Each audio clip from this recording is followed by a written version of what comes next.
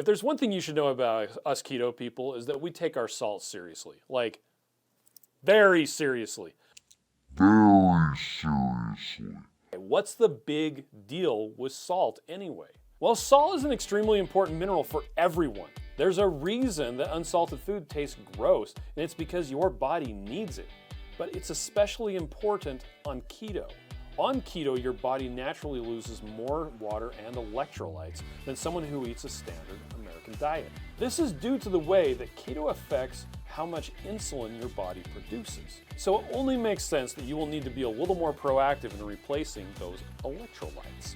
And what's a good source of crucial electrolytes? Salt. And that's why so many ketoers add extra salt to their food. It's especially helpful as you're transitioning to fewer carbs. And let's face it, we've already established that it makes food taste delicious, and we're never gonna say no to that. So pass that salt around and laugh in the face of anyone who says keto can't taste good. But you know, nicely. If you have any other questions, let us know in the comments.